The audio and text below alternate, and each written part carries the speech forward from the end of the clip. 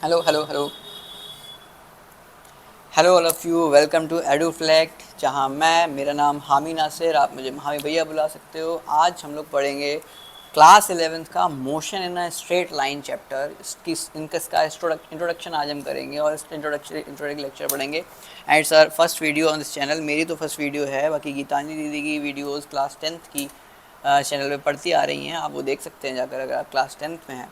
Now will start our lecture. Okay, so motion in a straight line. सबसे पहले तो एक इंट्रोडक्शन की motion in a straight line क्या होता है।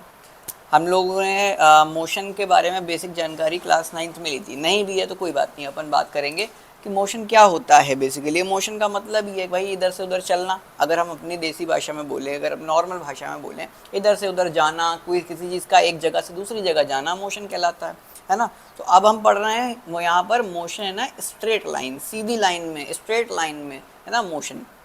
सो इंट्रोडक्शन करते हैं। मोशन है स्ट्रेट लाइन, जैसे कि यहाँ आपके सामने एक कार बनी हुई है और एक स्ट्रेट पाथ बना हुआ है, विजुलाइज कराने के लिए कि भाई एक स्ट्रेट लाइन में कैसे जब मोशन होता है उसे मोशन स्ट्रेट लाइन कहते हैं।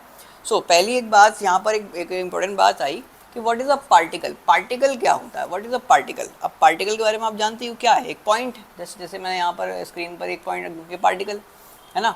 सो एक particle is an object. Particle एक ऐसा ऑब्जेक्ट जो हैज नेग्लिजिबल डायमेंशन, जिसकी कोई डायमेंशन नहीं है। अगर हम 3D वर्ल्ड में आ जाएं, एक छोटा सा पार्टिकल ले लें यहाँ पर, है ना, छोटा सा कण ले लें, तो उसकी कोई डायमेंशन नहीं होगी। डायमेंशन मतलब लेंथ, ब्रेथ और हाइट नहीं है। आपने यूनिट एंड डायमेंशन पढ़ा होगा इससे पहले, उस लेक्चर पे भी हम लोग जाएंगे बहुत जल्दी। सो डायमेंशन वो जिसकी कोई लेंथ, ब्रेथ या हाइट नहीं है। और पार्टिकल की वो कुछ नहीं होती, ना ही लेंथ होती, ना आप उसकी लेंथ मेजर कर सकते हो, ना हाइट मेजर कर सकते हो, ना ब्रेथ मेजर कर सकते हो। तो वही एक पार्टिकल है। Now will talk about what is rigid body. Body क्या है, बॉडी। हम अब इस मोशन वाले चैप्टर्स में हम हमेशा बॉडीज, ऑब्जेक्ट्स की बात करते हैं। बॉडी है, ऑब्जेक्ट है। तो एक रिजिड बॉडी क्या होती है, बेसिकली रिजिड, रिजिड नाम आया, रिजिड बॉडी क्या होती है। Rigid body it is a combination of particles, बहुत सारे पार्टिकल्स का कॉम्बिनेशन है। ठीक है, बहुत सारी ये पार्टिकल्स मिला मिला के कुछ बना दो, एक बॉडी बना दो। And when an external force is applied there will be no change in dimension. और एक्सटर्नल फोर्स अप्लाई करने पर डायमेंशन में, लेंथ, ब्रेथ, हाइट में, साइज में कोई डिफरेंस ना आए तो वो बॉडी कहलाएगी रिजिड बॉडी। सबसे पहले पार्टिकल्स को मिलाकर बनेगी बॉडी, और अगर फोर्स लगाने पर उस बॉडी में कोई चेंज ना आए, उसकी लेंथ ना बदले, उसकी उसकी ब्रेथ ना बदले, उसकी हाइट ना बदले, तो वो कहलाती है रिजिड बॉडी। जैसे हमारे आसपास बहुत सारी रिजिड बॉडीज़ हैं ना, हमारे आसपास जितनी मैक्सिमम बॉडीज़ हैं वो रिजिड बॉडीज़ हैं, है ना। जैसे ये देखो मेरे हाथ में टैब है, अगर मैं इसको यहाँ से दबाता हूँ तो इसका, अगर मैं यहाँ पर फोर्स लगाता हूँ तो कोई लेंथ और ब्रेथ हाइट नहीं बदल रही। ऑल्दो कि एक लिमिट है फोर्स की, है ना। परफेक्टली रिजिड बॉडी कोई नहीं होती, परफेक्टली रिजिड बॉडी नहीं पाई जा सकती। हाँ, एक ना एक ऐसा फोर्स है, बहुत ज़्यादा फोर्स पे कोई भी चीज़ टूट जाएगी, ब्रेक हो जाएगी, है ना, एक लिमिट होती है। लेकिन नॉर्मल रिजिड बॉडीज हमारे आसपास बहुत सारी मिलती है। तो ये what we call as a body, है ना, इसको हम एक बॉडी कहते हैं। सो हम लोग क्या है, पार्टिकल हैं या रिजिड बॉडी हैं। ऑब्वियसली वी आर बॉडी, है ना, हम बॉडी में कंसिडर होते हैं, क्योंकि रिलेटिवली डिस्टेंस हमारी कम है। अब देखो यहाँ पर एक बात आ गई कि as relative distance is less. यहाँ पर रिलेटिव डिस्टेंस जो है अगर हमारी कम है तो हम एक क्या कहलाएंगे, हमें कहलाएंगे एक बॉडी, है ना। We will be a body, है ना। अगर हमारी रिलेटिव डिस्टेंस का मतलब एक दूसरे के लिए डिस्टेंस, है ना। जैसे अभी आप मुझे देख पा रहे हो, है ना, मैं तो आपको नहीं देख पा रहा, लेकिन आप मुझे देख पा रहे हो, तो मैं आपके थोड़ा सा पास हूँ, स्क्रीन में हूँ पर मैं आपके पास हूँ, है ना, आपके सामने हूँ। तो आप मुझे एज अ बॉडी कंसिडर कर सकते हो।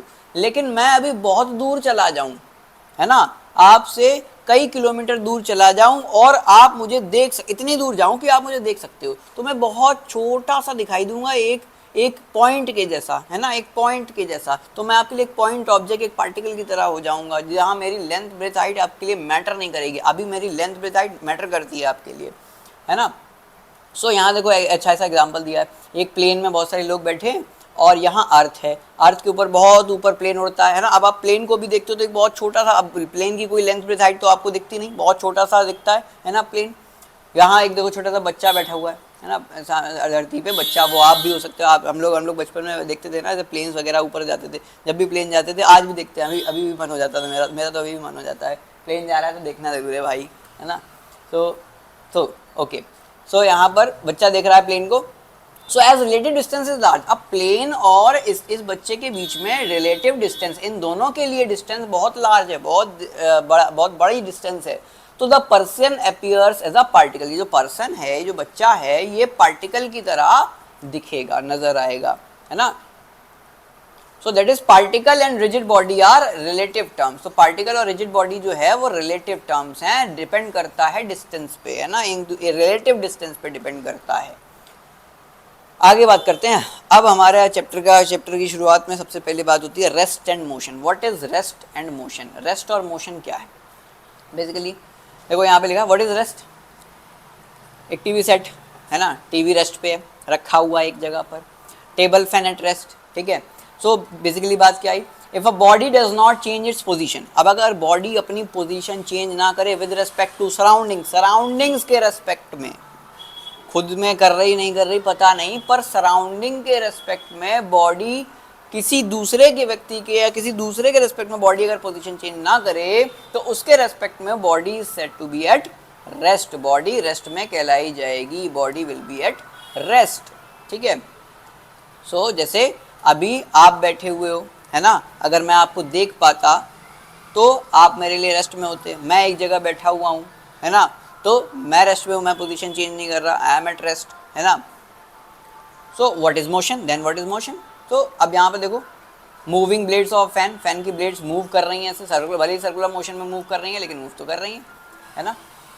मूविंग कार, देखो यहाँ पे कार चलती हो गई, बेसिकली वो पोजीशन चेंज हो रही है ना टाइम के साथ हमारे लिए, changes the position with respect to time, time के साथ पोजीशन चेंज होती है इसकी, तो वो मोशन में कहलाती है। आर द पैसेंजर, अब देखो यहाँ पर एक और एग्जांपल, जैसे यहाँ पर बहुत से लोग खड़े हुए हैं और एक बस चल रही है, are the passenger in the bus are at rest in motion. अगर हम देखें कि यहाँ पर ये जो पैसेंजर्स हैं, पैसेंजर नंबर 1, पैसेंजर नंबर 2, 3, 4, ये चारों पैसेंजर्स जो हैं ये मोशन में हैं या रेस्ट में हैं? तो basically passenger in the bus are at rest relative to each other. अब ये सब जो पैसेंजर्स हैं ये एक दूसरे को देखते होंगे हर टाइम पर, तो ये एक दूसरे के सामने ही होते होंगे हमेशा, जब तक बस में है तब तक एक दूसरे के सामने है, पोजीशन चेंज नहीं हो रही, पोजीशन चेंज नहीं हो रही तो passenger in the bus are at rest relative to each other, एक दूसरे के रिलेटिव में ये दोनों, ये सारे के सारे पैसेंजर जो हैं ये क्या है, रेस्ट में है, सिंपल एज दैट। और बस मूविंग कर रही है, बस मूव कर रही है, बस चल रही है, तो एक दूसरे को देखने पर तो ये रेस्ट में नजर आते हैं, लेकिन passenger in the bus are in motion related to the people at bus stop, लेकिन बस स्टॉप पे कुछ लोग खड़े हैं और बस जा रही है, तो वो लोग तो उन लोगों को जाते हुए देखेंगे ना, अगर बस जा रही है तो वो लोग तो जाते हुए देखेंगे, तो जाते हुए देखेंगे मतलब पोजीशन चेंज होते हुए देखेंगे, तो उन्हें लगेगा ये लोग मोशन में है ना। तो व्हाट इज रेस्ट क्या आया था, रेस्ट की बात क्या आई थी, body said to be at rest when there is no change of position, जब पोजीशन चेंज नहीं होती तो बॉडी रेस्ट में होती है with respect to time, time के साथ। और मोशन की बात आई, motion is the change of position with respect to time, और टाइम के साथ अगर पोजीशन में चेंज आ रहा है, पोजीशन बदल रही है, स्थिति बदल रही है, तो वो मोशन होगा, ठीक है। और इसीलिए बोलेंगे हम कि मोशन और रेस्ट और मोशन दोनों के दोनों रिलेटिव हैं, रिलेटिव टर्म्स हैं, motion and rest are relative terms, depend करता है कौन कहाँ से देख रहा है ना, वहीं से उनके लिए मोशन या रेस्ट होगा, ठीक है। सो अभी हम लोग क्या आगे की बात, हाँ, the branch of mechanics that deals with the study of motion, है ना, वो मैकेनिक्स की, वो मैकेनिक्स पूरा एक ब्रांच, मैकेनिक्स खुद एक ब्रांच है फिजिक्स की, है ना, और मैकेनिक्स की वो ब्रांच डील करती है motion of object without any reference to the cause of motion. यहाँ मोशन के कॉज की बात नहीं होती, बस मोशन कैसा हो रहा है उसकी बात होती है। तो वो जो हम लोग पढ़ रहे हैं वो है काइनेमैटिक्स, ठीक है, अभी हम लोग काइनेमैटिक्स पढ़ रहे हैं, काइनेमैटिक्स, ठीक है। A system of coordinate axis, हाँ, उसके बाद एक ऐसा system of coordinate axis with respect to which an event can be described is called frame of reference. ये बड़ा इंपॉर्टेंट बात है कि अभी हमने कहा ना कि मोशन और रेस्ट डिपेंड करता है कहाँ से देख रहे हो, तो जो व्यक्ति जहाँ से देख रहा है या जो कोई भी ऑब्जेक्ट जहाँ से दूसरे ऑब्जेक्ट को मोशन या रेस्ट में देख रहा है, वो जो जगह है उसको, उस फ्रेम को, उस जगह को बोलते हैं फ्रेम ऑफ रेफरेंस, ठीक है, फ्रेम ऑफ रेफरेंस, ठीक है। तो ये कोई ये बात आ गई, motion and rest are relative terms, ये रिलेटिव टर्म्स है। Motion of an object is always respect to the frame of reference, depend करता है कि फ्रेम ऑफ रेफरेंस क्या है, कहाँ से देख रहे हो। अगर अगर पैसेंजर्स एक दूसरे को अपने आप से एक दूसरे के लिए देख रहे थे तो वो सारे पैसेंजर्स रेस्ट में थे, और वहीं उन्हीं पैसेंजर्स को बाहर से कोई दूसरे पैसेंजर देख रहे थे तो वो मोशन में थे। तो उनके अलग अलग फ्रेम थे ना, एक बस के अंदर का फ्रेम था, एक बस के बाहर का फ्रेम था, तो दोनों फ्रेम ऑफ रेफरेंस पर डिपेंड कर रहा था कि पैसेंजर रेस्ट में होंगे या मोशन में। That is why motion and rest are relative terms. देखो ये एक फ्रेम ऑफ रेफरेंस था, ये दूसरा फ्रेम ऑफ रेफरेंस था। चलो, so rest and motion are relative terms, they are not absolute, absolute नहीं होते, relative terms हैं। a body can be at rest in motion with respect to frame of reference, ठीक है, किसी में भी हो सकती है। there is no frame of reference which is perfectly at rest, और कोई भी ऐसा frame of reference नहीं है जो perfectly rest पे हो, है ना, कहीं ना कहीं मोशन में होता है। a man in a moving train, जैसे एक और एग्जांपल, एक मूविंग चलती हुई ट्रेन में एक आदमी is at rest with respect to co-passenger, उसके अपने साथी पैसेंजर्स के हिसाब से रेस्पेक्ट में वो रेस्ट में होगा, but is motion with respect to a man outside the train. लेकिन ट्रेन के बाहर अगर कोई आदमी देखेगा तो वो ऑब्वियसली मोशन में होगा। तो कोई भी ऐसा एब्सोल्यूट टर्म नहीं है, सब रिलेटिव टर्म्स हैं। यहाँ पे एमसीक्यूज देख लो, एक दो। Particle is an object having negligible dimensions, dimension negligible होते हैं। Rigid body is a combination of particles when external force applied, there will be no change in its dimension, dimension में change नहीं होगा। Rest and motion are dash terms, absolute नहीं है, ठीक है, not absolute और relative दोनों ही होंगे, तो both B and C relative भी होता है, और not absolute और relative का मतलब ही है not absolute, so both B and C। Now we'll talk about types of motion। देखो यहाँ पर crawling ants, जितनी भी चींटियाँ हैं वो क्रॉल करती हुई सीधी लाइन में चल रही हैं, ये देखो ऊपर से दिखा दिया। व्हाट टाइप ऑफ मोशन है, किस टाइप का मोशन है, सीधी लाइन में चल रहा है, स्ट्रेट लाइन है तो मोशन है स्ट्रेट लाइन है, सिंपल एज दैट, है ना। Cockroach moving on a floor, अब एक फ्लोर पे कॉकरोच मूव करे जो कि ऐसे चलेगा, इस तरीके से कुछ ऐसे ऐसे एक फ्लोर के ऊपर जस्ट 2D में, सो वो कौन सा मोशन होगा, वो होगा मोशन है ना प्लेन, वो एक प्लेन में, सरफेस की बात हो गई ना, सरफेस की बात हो गई, अगर सरफेस की बात कर दी तो वो हो गया आपका प्लेन, एक सरफेस में अगर वो चलेगा तो वो होगा प्लेन, मोशन है ना प्लेन। और वहीं अगर एक हनी बी प्लेन में ना उड़कर 3D वर्ल्ड में उड़ रही हो, ठीक है, तो वो होगा मोशन इन अ स्पेस या मोशन इन 3D, 3 डायमेंशंस आ जाएंगे वहां पर, मोशन इन स्पेस, ठीक है। नाउ टाइप्स ऑफ मोशन, सबसे पहला motion in 1 dimension, straight line में चल रही थी, मोशन है straight line, motion in 1 dimension कहलाता है।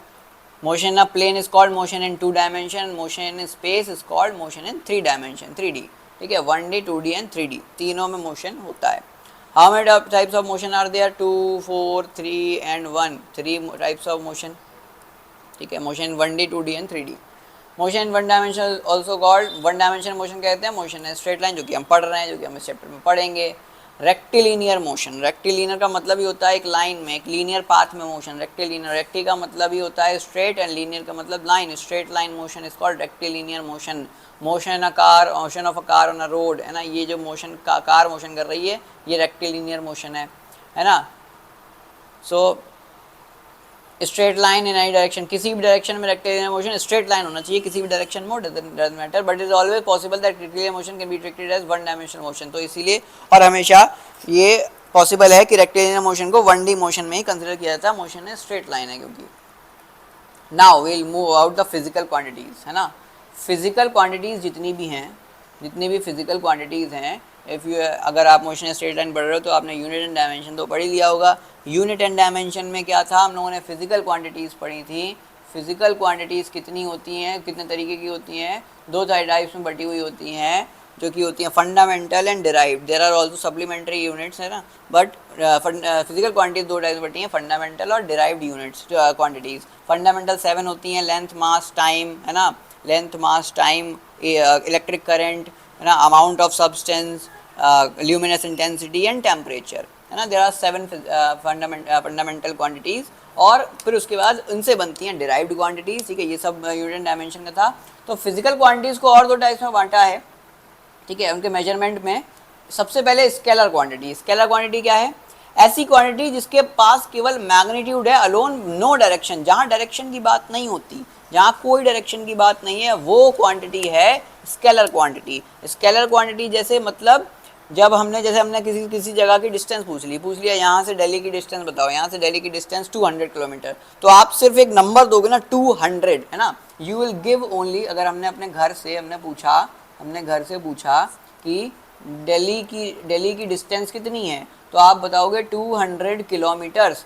200 किलोमीटर्स जो कि आपने सिर्फ क्या दिया, मैग्नीट्यूड दिया, आपने 200 किलोमीटर में डायरेक्शन तो बताई नहीं, और बताने की जरूरत भी नहीं है, डिस्टेंस के लिए केवल क्या चाहिए, मैग्नीट्यूड चाहिए। So this is called scalar quantity. तो ऐसी क्वांटिटीज को हम स्केलर क्वांटिटीज बोलते हैं, ठीक है। एग्जाम्पल पाथ लेंथ यानी डिस्टेंस, स्पीड भी एक स्केलर क्वांटिटी है। स्पीड बताने के लिए गाड़ी की स्पीड पूछें तो 250 kilometre 100 kilometre per hour, 120 kilometre per hour, है ना, कोई डायरेक्शन तो देनी नहीं पड़ती कि हम बोल रहे हैं 120 किलोमीटर पर आवर इन इस डायरेक्शन, ऐसे थोड़ी बोलते हैं स्पीड, है ना, स्पीड तो एकदम सटल होती है।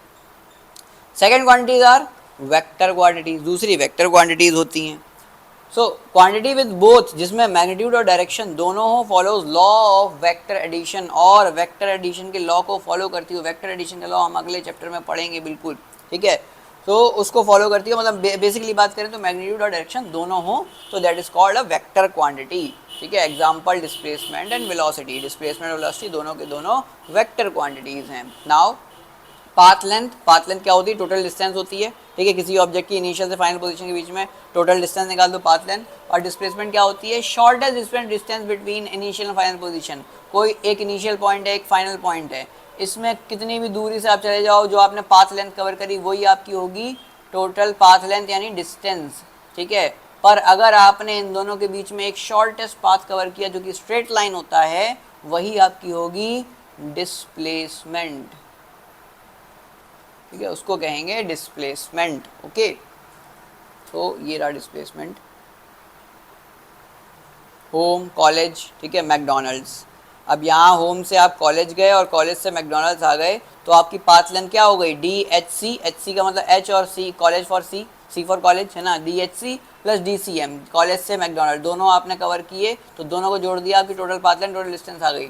लेकिन डिस्प्लेसमेंट क्या होगा, आपकी इनिशियल पोजीशन है आपका घर और आपकी फाइनल पोजीशन है मैकडॉनल्ड्स, तो होम से मैकडॉनल्ड तक की जो स्ट्रेट लाइन की डिस्टेंस है वही आपकी डिस्प्लेसमेंट हो गई, दैट इज कॉल्ड DHM, ठीक है। ये एक एग्जांपल था, मतलब पाथ लेंथ, और पाथ लेंथ बराबर डिस्प्लेसमेंट कब हो जाएगी, जब आप इनिशियल पोजीशन से फाइनल पोजीशन एक स्ट्रेट लाइन में चले जाओ, है ना। तो यहाँ पाथ लेंथ भी वही है और डिस्प्लेसमेंट भी वही है, सेम है दोनों, है ना।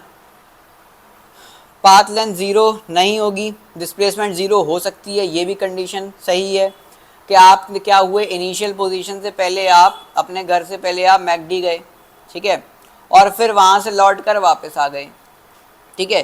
तो आप गए और वापस आए, जाने और वापस आने में आपकी पाथ लेंथ जीरो तो बिल्कुल नहीं हुई, वो तो दोनों ऐड हो जाएंगी, लेकिन वापस आने में आपकी डिस्प्लेसमेंट हो जाएगी जीरो, आपका डिस्प्लेसमेंट जीरो हो जाएगा, क्योंकि जब आप जा रहे होते हो तो पाथ लेंथ तो डायरेक्शन पे डिपेंड करती नहीं है, तो वो तो टोटल जुड़ जाती है। मान लो ये x है, ये भी x है, तो पाथ लेंथ आपकी टोटल हो गई 2x, x plus x 2x, लेकिन आपकी डिस्प्लेसमेंट क्या हो जाएगी, यहाँ तक तो x आएगी, या जैसे ही आप उल्टी डायरेक्शन में मुड़ोगे, डायरेक्शन पे डिपेंड होती है डिस्प्लेसमेंट, जैसे ही आप मुड़ोगे पीछे की तरफ मुड़ोगे, पाथ लेंथ घटना शुरू हो जाएगी। तो यही x डिस्प्लेसमेंट के लिए x प्लस माइनस का x हो जाएगी ज़ीरो, ठीक है, टोटल ज़ीरो आ जाएगी आपकी displacement, okay. So magnitude of displacement may और may not be equal, displacement का मैग्नीट्यूड हो सकता है बराबर हो सकता नहीं हो, ठीक है, दोनों चीज़ें बात हैं।